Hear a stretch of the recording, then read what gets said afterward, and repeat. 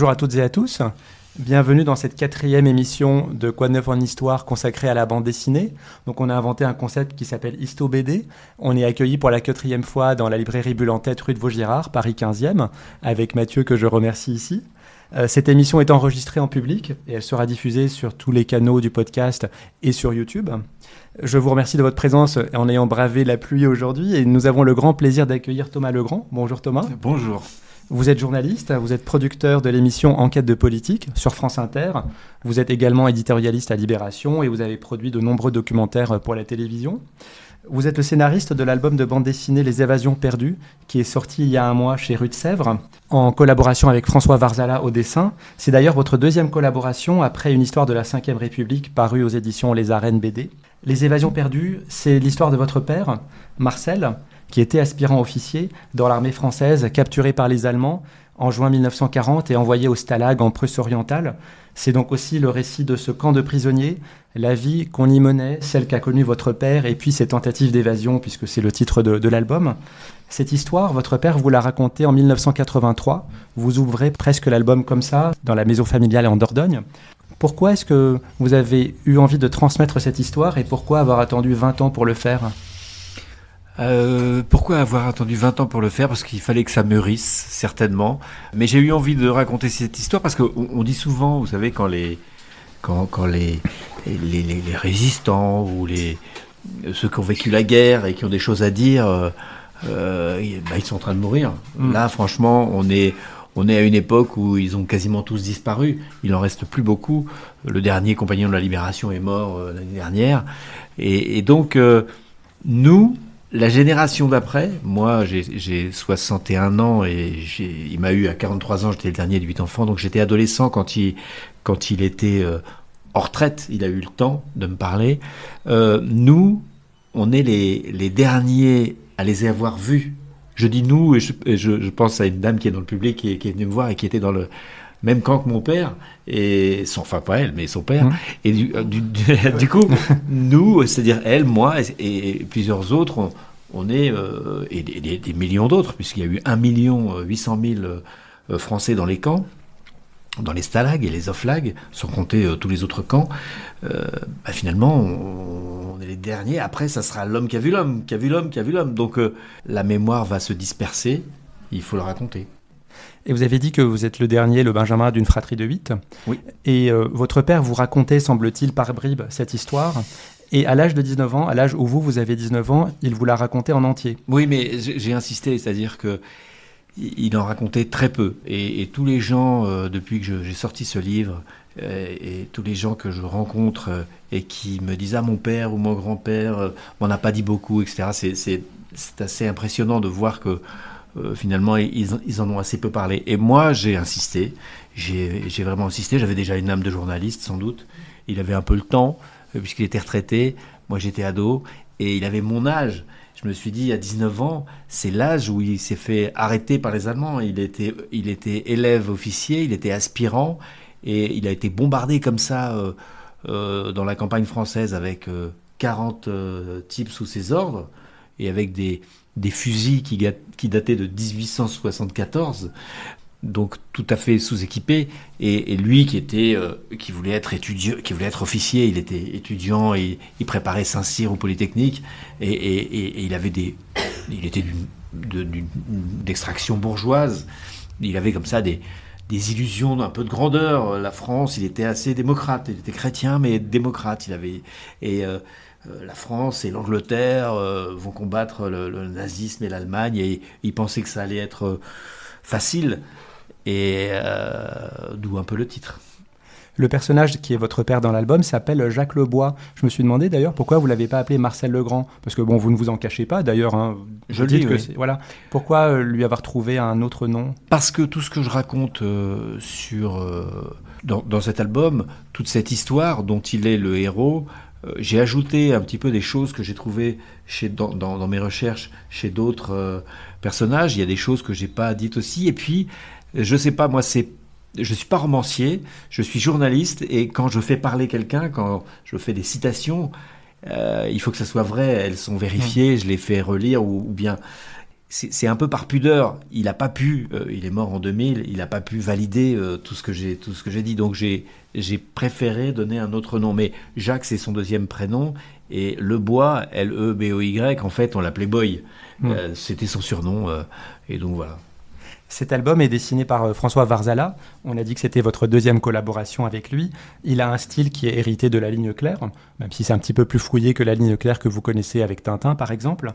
François Varzala, c'est aussi le dessinateur de la trilogie berlinoise. C'est une adaptation en bande dessinée de la série de romans policiers de Philippe Kerr, qui se passe aussi au moment de la montée du nazisme pour le premier tome.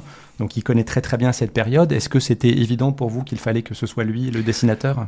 Quand on a décidé, il n'était pas encore dans cette aventure de la trilogie. On a décidé ça parce qu'on s'était bien entendu quand on a fait la 5e République, l'histoire de la 5e République. On avait un fonctionnement qui marchait bien. Et il s'est plongé dans cette période. Mais alors, il faut dire que, et on a mis très longtemps, il faut dire que François est un perfectionniste et un angoissé. Par exemple, sur la couverture, on voit le héros qui se cache sous un train. Et il a mis des semaines à dessiner cette couverture parce qu'il ne trouvait pas de documentation du dessous des trains allemands de 1944. Alors je lui ai dit, écoute, tu fais des essieux, tu mets du son. Non, il voulait. Alors il a fini par trouver une maquette. Mais et puis il a un petit peu voulu, il était en retard comme tous les dessinateurs, il a un petit peu voulu mutualiser. Et par exemple un camion qui dessinait à Berlin en 1937, il a voulu le remettre là et puis il était très angoissé, il a enlevé parce que ce modèle n'existait plus, en tout cas pas dans l'armée en 44. Donc voilà, il était. Mais alors il s'est plongé dans tous les uniformes, les baudriers sont dans un sens et pas dans un autre. À l'époque, les boutons de guêtre avaient changé. Enfin, c'était un enfer pour lui, mais en même temps, c'était passionnant. Et comment vous avez travaillé avec lui, justement ? Parce qu'on voit à la fin de l'album, il y a un portfolio avec des images de votre père, des photographies, des cartes, etc. Est-ce que vous lui avez tout transmis ? Est-ce qu'après, vous lui avez raconté l'histoire un peu d'une traite ? Ou est-ce que ça a été des échanges ? Est-ce que c'est lui qui vous a poussé, justement, à raconter des détails que vous n'aviez peut-être pas envie de raconter ? Non. On a... J'ai écrit le scénario. Je lui ai d'abord, effectivement, pour le dessin, je lui ai donné toute la documentation, les photos de mon père. Et d'ailleurs, c'est pour ça que ça ressemble un peu à Tintin aussi, parce que mon père était un petit gars comme ça, enfin pas très, un peu comme Tintin, quoi. Et il lui a fait une houppette parce que sur des photos, il a un peu les cheveux comme ça. Donc il s'est inspiré de toute la documentation que je lui ai montrée. Mais j'ai vraiment écrit. On a une forme de collaboration assez précise. Moi, j'écris planche par planche. Je dis, voilà, dans cette planche, il y a 5 cases. Dans cette case-là, je veux voir ça. Il y a tel ou tel dialogue. J'écris les dialogues, les bulles parlées, les bulles pensées, les voix off, etc. Tout est bien décrit. Il reçoit tout ça. Et là, il me rappelle en me disant, ça va pas du tout. Il me faut 3. Et là, tu veux 2 cases. Il m'en faut 3. Ou là, une suffit. Là, ton dialogue, ça va pas parce que comment je fais quelle expression puisqu'il lui répond, c'est très compliqué. Si vous dessinez un bonhomme qui pose une question à quelqu'un et qui a la réponse dans la même bulle, le dessinateur sait pas quelle expression faire. L'expression de la surprise de la réponse ou l'expression du. Donc, il faut tout ça. Et finalement, c'est lui qui a raison. Et ça fait une belle alchimie tous les deux. Le début de l'histoire, c'est la grande histoire. Alors, on a des enfants là, en tout cas des plus jeunes dans la salle. Donc, c'est la drôle de guerre. Hein. C'est la France et la Grande-Bretagne qui déclarent la guerre à l'Allemagne en 1939, en septembre 39. Et puis, il se passe pratiquement rien pendant des mois, jusqu'en mai 40 et l'invasion des Allemands. Et là, donc, on voit que votre père, au sein de son régiment, prend cette attaque allemande de plein fouet. Il voit une armée moderne, très équipée. Et donc, les Français sont assez vite capturés. Votre père va être envoyé dans un premier camp près de la frontière française. Il va y rester jusqu'en avril 1941 où il est transféré dans un deuxième camp qui est situé beaucoup plus à l'est, en Prusse orientale, dans l'actuelle Pologne. Et c'est au-delà de la Pologne. C'est au-delà de la Pologne. C'est l'actuelle Russie. C'est la petite enclave. Le corridor. Le corridor, la petite enclave russe qui est entre les pays baltes et la Pologne. Et donc le camp s'appelle Stablak. Et c'est pas un camp de prisonniers comme les autres. Il est un peu différent. Oui, c'est un camp qui a été négocié. Vous savez qu'on appelle les camps pour les officiers les oflag et les camps pour les hommes du rang les stalags. Il y avait donc 1 800 000 Français dans des stalags et quelques milliers d'officiers dans des oflag. Et puis, il y a le grade d'aspirant qui est en France assez spécifique. Ça n'existe pas en Allemagne. Et c'est un camp négocié parce que Vichy s'est dit... l'Allemagne va bientôt en 40, l'Allemagne va bientôt gagner la guerre. une Europe nouvelle va éclore. Et au sein de cette Europe, il y aura une armée, une élite, et il faut que il y ait des Français dans cette élite. Il faut qu'on ait nos hommes dans les sphères du pouvoir et les sphères de l'armée. Donc, il a demandé, le maréchal Pétain a demandé aux nazis de regrouper dans un seul camp les aspirants, les étudiants, c'était un peu l'élite. Il y avait des polytechniciens, il y avait un peu de toutes sortes d'étudiants, mais plutôt l'élite. Et parce que tout le monde n'était pas étudiant à l'époque, c'était plutôt la bourgeoisie, et voilà, il fallait avoir un peu d'argent pour être étudiant, c'était pas encore démocratisé comme maintenant. Et les Allemands se sont dit pourquoi pas, mais ils ont regardé la liste des aspirants et se sont aperçus que beaucoup déjà étaient répartis dans des camps, beaucoup avaient déjà essayé de s'échapper, parce qu'évidemment c'était des étudiants qui voulaient être officiers, ils n'avaient pas d'enfants, et donc ils étaient un peu aventureux quand même, un peu plus que la moyenne, un peu plus que ceux qui ont une famille et tout ça, et du coup les Allemands se sont méfiés, et ils ont dit on va les mettre dans le camp 1A, c'est-à-dire le camp le plus éloigné de la France, donc en Prusse orientale, ça s'appelait la Prusse orientale à l'époque, et donc au-delà de la Pologne, parce que on s'est dit là ça sera un peu plus en sécurité. Et l'idée c'était d'envoyer dans ce camp tous les aspirants, mais aussi des professeurs d'université qui étaient prisonniers, des instructeurs, et puis des officiers très pétainistes et même quasiment pro-nazis. Pour encadrer tout ce beau monde, le former, il y avait d'ailleurs des diplômes qui pouvaient être validés en France. Ils avaient le temps de bosser, ils avaient le temps de travailler. Et puis voilà, c'était un camp universitaire, une sorte d'université. Moi j'ai appelé ça l'université de la collaboration parce qu'en fait c'était ça. C'était cette spécificité. Et quand j'ai compris ça, parce qu'il ne me l'avait pas dit exactement comme ça, il m'avait bien parlé des cercles Pétain et de l'ambiance qu'il y avait, mais j'ai été étonné, il était mort quand j'ai voulu faire quand j'ai eu cette idée de faire cette BD, et j'ai été voir Olivier Vivorca qui est spécialiste de la Seconde Guerre mondiale, un historien. Qui s'occupe de la Seconde Guerre mondiale, et quand je lui ai parlé de ce camp, il m'a dit c'est bien que vous fassiez ça, parce que franchement j'ai pas beaucoup d'historiens qui s'y sont penchés, si vous faites ça va peut-être pousser les historiens. Et donc il y a juste une jeune historienne qui était en maîtrise. À l'époque, on disait deuxième année en DEA, c'est comme ça qu'on appelait, à mon époque en tout cas, et qui avait fait une sorte de travail d'une petite centaine de pages, et elle m'a bien aidé, il y avait beaucoup d'archives, et on a travaillé tous les deux à reconstituer l'architecture de ce camp, l'histoire de ce camp très particulier.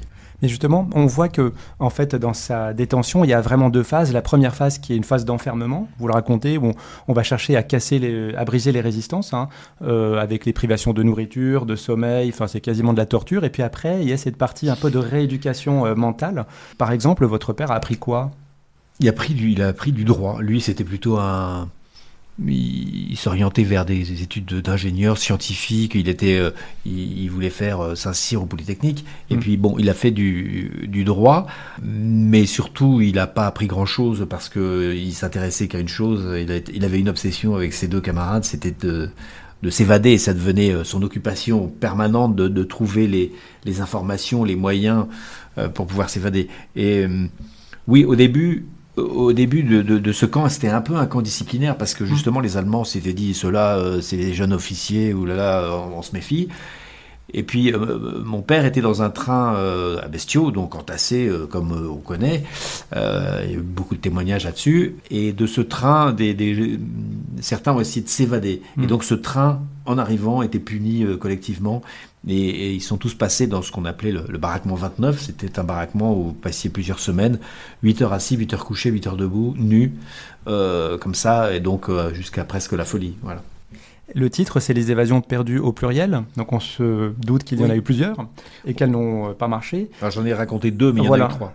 Ouais, et ils étaient nombreux à essayer de s'évader, parce que là, tout tourne autour de ça. Effectivement, il a deux copains qui vont chercher à avoir les plans du camp, la façon d'en sortir, la lingerie, typiquement, comment est-ce qu'on peut faire pour essayer de sortir par ce biais-là. Ils étaient nombreux à chercher à s'enfuir. Ils étaient pas mal, mais personne n'en parlait. Donc, c'était compliqué de savoir.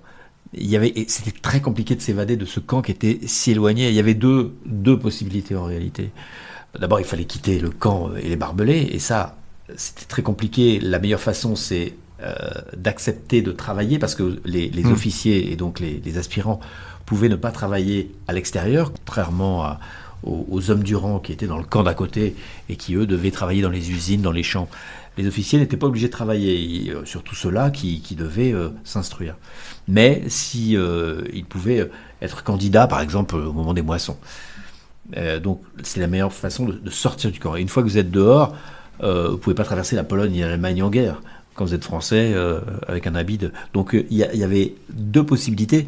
La première, une fois qu'on était dehors, c'était d'aller à 30 km au nord où il y avait les ports de la Baltique et un trafic incessant de bateaux entre la Belgique, le nord de la France et ce coin-là qui devait alimenter le front de l'Est. C'est-à-dire qu'ils pillaient le blé et toutes les denrées du nord de la France et de la Belgique pour les amener ici. Et donc il y avait des tas de bateaux dans lesquels certains ont réussi à se planquer. Mais voilà, ça c'était une des possibilités. L'autre possibilité, on y reviendra peut-être, c'est celle que mon père a finalement choisie, parce qu'il a raté la première, il s'est fait prendre la première, il s'est fait prendre, donc il avait accepté de travailler dans une ferme, et puis il y a été envoyé avec un de ses camarades, et quand ils se sont échappés de la ferme, ils ont, au bout de 2 jours de marche vers le nord, ils sont tombés sur un champ de fraises. Ils n'avaient pas mangé depuis je ne sais pas combien de temps. Alors, ils avaient passé 2 jours dans la ferme où on les avait un peu mieux nourris, mais ils ont mangé des kilos de ces fraises qui n'étaient pas tout à fait mûres. Ils ont été tous les deux complètement malades et ils se sont fait choper comme ça. Et mon père raconte que les Allemands les ont mis dans la ferme pour voir s'ils étaient vraiment... Parce que pour pouvoir travailler dans une ferme, il faut dire qu'on est fils de paysan. Mon père n'était pas du tout fils de paysan, donc on l'a mis sous une vache, allez-y, trayez la vache. Il n'a pas su. Et le deuxième, qui lui était polytechnicien, on lui a dit trayer la vache, il a pris la queue de la vache et il a pompé comme si c'était une pompe. Et voilà. Un puits, quoi. Et retour au baraquement 29. La deuxième évasion, on va y venir peut-être, elle est beaucoup plus élaborée. Elle est beaucoup plus élaborée, mais elle a un intérêt particulier. Elle a raté, mais elle a un intérêt parce que là, c'est une histoire qui n'est plus une histoire de résistance ou de collaboration, ni une histoire de guerre, c'est une histoire sociale. On peut en parler, mais alors, on ne va pas tout raconter parce que on ne va pas spoiler complètement l'album, Thomas. Non. Mais effectivement, là, vous avez parlé de l'ami de votre père qui était polytechnicien et on voit que ce sont des gens plutôt d'un haut niveau intellectuel. Alors, il y a quand même des groupes qui se forment selon l'origine géographique, type les Bretons d'un côté, ou alors selon l'origine sociale, selon l'attachement à la religion. Et puis, il y a une autre division qui structure un peu ce camp, vous l'avez dit, c'est ceux qui vont collaborer avec les Allemands et ceux qui vont au contraire tenter de résister. Alors justement, cette division ne se fait pas tellement parce que tout le monde cache son jeu. Donc il faut participer. Il y avait des espèces de cours qui s'appelaient les cercles Pétain où on allait pour pouvoir, je dis on comme si j'avais vécu ça, pour s'imprégner de l'idéologie de la Révolution nationale et voilà. Et plus vous y alliez, plus vous étiez bien vu. Donc on peut imaginer que beaucoup de gens qui pensaient tout à fait le contraire y allaient pour bien se faire voir. Donc personne ne pouvait se fier à personne sur ces questions-là. Et du coup, mon père m'avait expliqué que du coup, on ne faisait pas attention tellement aux idées politiques des gens. On s'attachait plutôt à leur caractère moral, à leur qualité morale, etc. Parce que les idées politiques, de toute façon, elles étaient, à part les très proches, elles étaient toutes les mêmes et elles étaient bien souvent fake. Comme on dit en bon français. Il y a une petite anecdote d'ailleurs, une vignette là qui est page 43, où pour s'occuper, les prisonniers jouaient au football. Il fallait constituer des équipes, et donc ça pouvait être les Bretons contre les autres, ou etc. Et puis à un moment, votre père propose en douce à son ami, faisons une équipe des pétainistes contre les gaullistes. Et là, son copain lui dit non, surtout pas. C'était De Gaulle, on voit que c'est un peu le tabou à prononcer dans ce camp-là. Oui, De Gaulle, c'était un nom magique. Au début, d'ailleurs, il croyait que c'était un faux nom. Au tout début, il croyait que...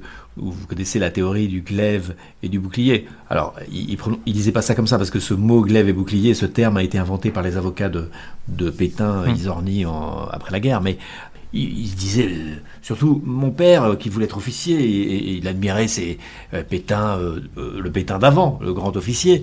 Il disait, c'est pas possible, il peut pas, ils sont de mèche. Et quand il a appris que De Gaulle était condamné à mort par contumace, il a été il a été très choqué et j'ai trouvé une lettre dans laquelle il écrit à ses parents et il dit j'espère que la petite entreprise de l'oncle Charles, parce il fallait qu'il parle de façon codée, se porte bien. Voilà. Or, il n'y avait pas d'oncle Charles à la maison. Non. Voilà. Donc c'était un moyen de passer outre pour la savoir, censure, il voulait savoir ce que pensaient ses parents. On l'a dit, votre père va tenter une deuxième fois de s'évader. Alors, est-ce qu'on raconte en quelques mots? On peut ne pas raconter, mais c'est un peu le cœur du livre, c'est-à-dire... Oui, parce que émotionnellement, notamment la fin de cette évasion est quand même très chargée. Hein. Oui.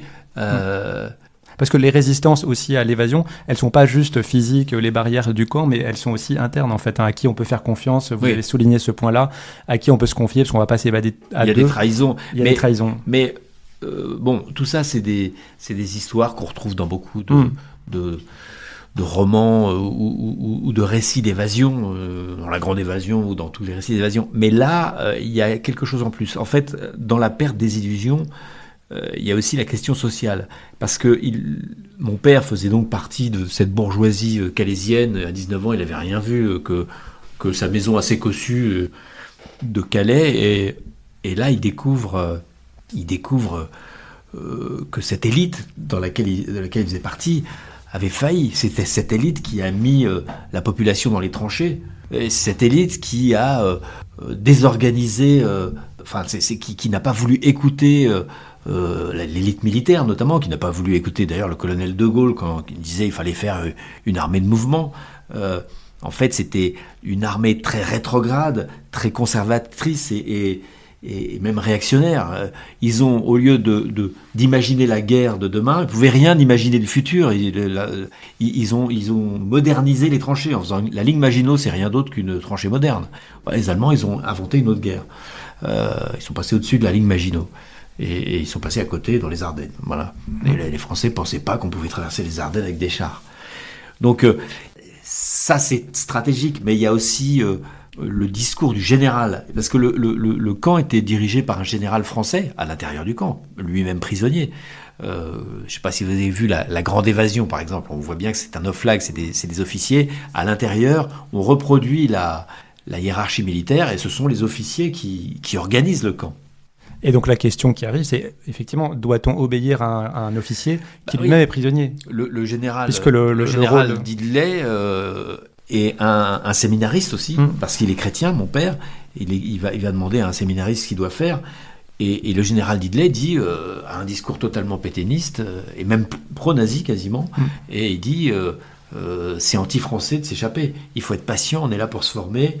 Alors non seulement mon père n'a pas envie de se retrouver dans l'armée allemande, ou bien alors être libéré par les Russes et de se retrouver dans l'armée russe, mais surtout, il est choqué par ce qu'il entend. Pour lui, les officiers de la guerre de 14 qui avaient été prisonniers, beaucoup s'étaient échappés, c'était des héros pour lui. C'était le devoir des soldats. C'était le devoir d'un soldat de s'échapper des griffes de ses ennemis pour aller retrouver son pays et essayer de se battre. Et qu'on lui dise l'inverse, et qu'on assortisse ça de considérations politiques, et qu'on accuse la démocratie d'avoir failli, alors que lui, il a bien vu que c'était la stratégie militaire et le conservatisme qui a empêché la France de se moderniser, et non pas un excès de démocratie. Ça, c'est quelque chose qui l'a choqué. Et puis, il a côtoyé dans des conditions que je ne vais pas vous raconter, sinon ça va tout trop déflorer, mais il a côtoyé des gens du stalag d'à côté, c'est-à-dire des troufions, qui lui ont bien fait remarquer que c'était des gens comme lui qui l'avaient mis dans cette situation, et qui avaient mis la France dans cette situation. Et il l'a vécu comme tel, il l'a compris comme tel. À l'issue de la guerre, il n'a plus voulu être officier, il n'a plus voulu... Voilà, il était... donc c'est... Parce qu'on parle souvent des résistants, des collaborateurs, les vrais collaborateurs n'étaient pas si nombreux, et les vrais résistants pas si nombreux. Et au milieu, il y avait beaucoup de monde. Mais pendant la guerre, il y avait encore les classes sociales. Ça, elles étaient toujours là. Les différences sociales et les responsabilités de l'élite. Que se passe-t-il dans ce camp, et donc avec votre père, vers la fin de la guerre? Parce que Disons qu'au début de l'année 44, il devient assez clair que l'Allemagne va... Après Stalingrad même. Voilà, après, voilà, même un peu avant d'ailleurs. Et on voit que l'armée soviétique va avancer. Les prisonniers vont être transférés dans des camps plus à l'ouest, plus près de Berlin. Et puis finalement, l'armée rouge va les libérer au printemps 45. Quand datent les tentatives d'évasion de votre père? Est-ce qu'à la fin, on comprend que l'Allemagne va perdre la guerre et puis on prend un peu son mal en patience? Non, on ne prend pas son mal en patience parce qu'ils avaient très peur d'être libérés par les Russes. Ils avaient très peur d'être embarqués après dans cette guerre qu'ils voyaient quand même... comme ils voyaient beaucoup de prisonniers russes arriver. Les prisonniers russes étaient très très maltraités par les Allemands. Les Allemands considéraient les Russes comme des espèces de bêtes. Ils les tuaient devant... Ils les tuaient. Un Russe qui avait de la fièvre, on le tuait. C'était terrible. Donc ils ne voulaient pas être embarqués ni du côté russe ni du côté allemand. Ils voyaient bien qu'ils ne seraient pas libérés par les Anglais ou les Américains de là où ils étaient. Donc les évasions, la deuxième évasion, c'est fin 43, début 44, enfin la dernière. Mais la fin de la guerre, le camp se désorganise, évidemment, les officiers pétainistes perdent toute autorité, et le général Dideley, le général du camp, se suicide. Il ne pouvait pas rentrer en France, il se serait fait fusiller. Il se suicide, il est libéré par les Russes. Donc ils sont libérés par les Russes, et mon père m'a raconté... la façon dont ils étaient libérés, c'est des chevaux qui arrivaient avec des cosaques dessus et des mitraillettes, ils tiraient sur tout ce qui bougeait. Et après les Russes les ont livrés aux Anglais, ils ont été rassurés près de Berlin. Et après les Anglais en mai 45 les ont envoyés en France. Comment on tient dans ce camp, Thomas? Parce que la tentative d'évasion, enfin le souhait d'évasion, on voit que c'est un moteur principal pour votre père, mais est-ce que ça l'occupait au quotidien? Comment il a passé quand même 5 ans en captivité? Oui. Vous racontez, là je l'ai dit, l'anecdote du match de foot, mais est-ce qu'il y a des moments d'amitié, de fraternité, de rigolade qu'il vous a raconté? 5 ans, c'est long, donc il y a beaucoup de... Dans une BD comme ça, on voit les moments un peu d'action, mais on voit aussi les moments de réflexion et de... il joue... Ils jouent aux cartes, ils travaillent, ils étudient, parce que la France leur envoie des livres. Par exemple, les étudiants en architecture ont tout ce qu'il faut, des règles. Alors, il n'y a que la chimie, où là, les Allemands n'ont pas accepté qu'on étudie trop la chimie, ça se comprend. Et puis, il y avait même un sociétaire de la Comédie Française qui organisait des pièces. Et là, les Allemands ont dit, on veut bien que vous fassiez des pièces, mais que des pièces du 17e, 18e, pas au-delà, parce que, évidemment, ils ne voulaient pas qu'il y ait d'habits civils, donc pas des pièces contemporaines. Donc votre père est libéré en 45. Vous avez dit qu'il perd ses illusions vis-à-vis de l'armée et de l'officier de l'armée française, donc il ne s'engage pas. Non. Donc pour terminer, qu'est-ce qu'il devient après la guerre?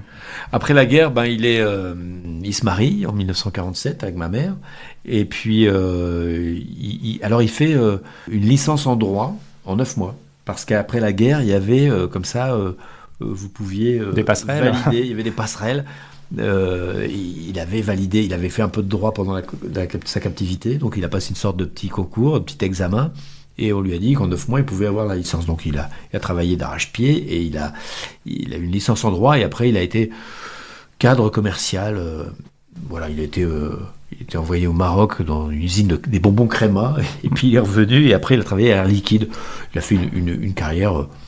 c'est pas un grand carriériste, il a fait une bonne carrière de cadre commercial qui a permis de nourrir ses 8 enfants de façon tout à fait convenable. On a dit qu'il vous l'a raconté cette histoire à 20 ans, en entier en tout cas, et que vous l'avez aussi transmise parce que c'est important de garder cette mémoire-là. Est-ce que vous l'avez transmise aussi à vos enfants, et est-ce que cette histoire leur parle aujourd'hui? Oui, cette histoire leur parle. Moi, je leur en parle souvent, et puis j'étais obsédé par... et mes frères aussi, parce qu'ils nous racontaient pas beaucoup... ils nous racontaient des détails qui étaient plutôt à la fin d'un bon repas, et il était toujours étonné d'avoir eu à manger assez, et puis il avait plus les dents de derrière, par exemple, parce qu'il avait plus de dents de derrière qui étaient tombées à cause de la malnutrition. Donc il y avait des petites des petites réminiscences comme ça. Il nous parlait plutôt des conditions, mais on savait que c'était tout le temps dans sa tête, qu'il y pensait tout le temps, et il y a certaines valeurs qu'il nous a transmises, et il nous a dit explicitement, ça venait de là-bas, des trucs qui sont un peu lourds. Par exemple, il disait, bon, alors tes copains, là, ils sont sympas, tes copains, mais tu sais, les vrais copains, c'est quoi? Il y a 2 sortes de personnes dans la vie. Il y a ceux avec qui on peut faire la guerre, et ceux avec qui on peut pas faire la guerre. En gros, ceux avec qui on peut s'échapper, Alors bon, quand vous avez 18 ans en 1980, vous êtes avec des gens sympas et marrants, vous ne vous dites pas, est-ce qu'avec lui je pourrais m'échapper? Donc c'était... Mais je me le dis quand même dans certaines situations, je me dis, ah, lui il est très sympa, mais je ne ferai pas la guerre avec lui. Lui, voilà. Ou bien il dit, il y a une règle d'or, si quelqu'un fuit et toque à ta porte, tu ouvres, tu l'héberges, tu parleras avec lui après, mais même si tu es dans le droit, et s'il fuit, c'est qu'il est peut-être pas dans le droit, tu sais jamais, tu l'héberges. Et il y avait des espèces de trucs comme ça, un peu intangibles. Bon, merci pour cette leçon de vie, Thomas Legrand. C'est la sienne, c'est pas la mienne. Ben voilà. Mais elle est transmissible quand même. Oui, oui. Voilà. Je rappelle le titre de l'album, c'est Les Évasions perdues, sous-titré Stablak, l'université de la collaboration, avec François Varzala au dessin. C'est paru aux éditions Rue de Sèvres, et donc déjà disponible en librairie. Merci beaucoup d'être venu le présenter. Merci à vous. Je vous en prie. Merci, bravo.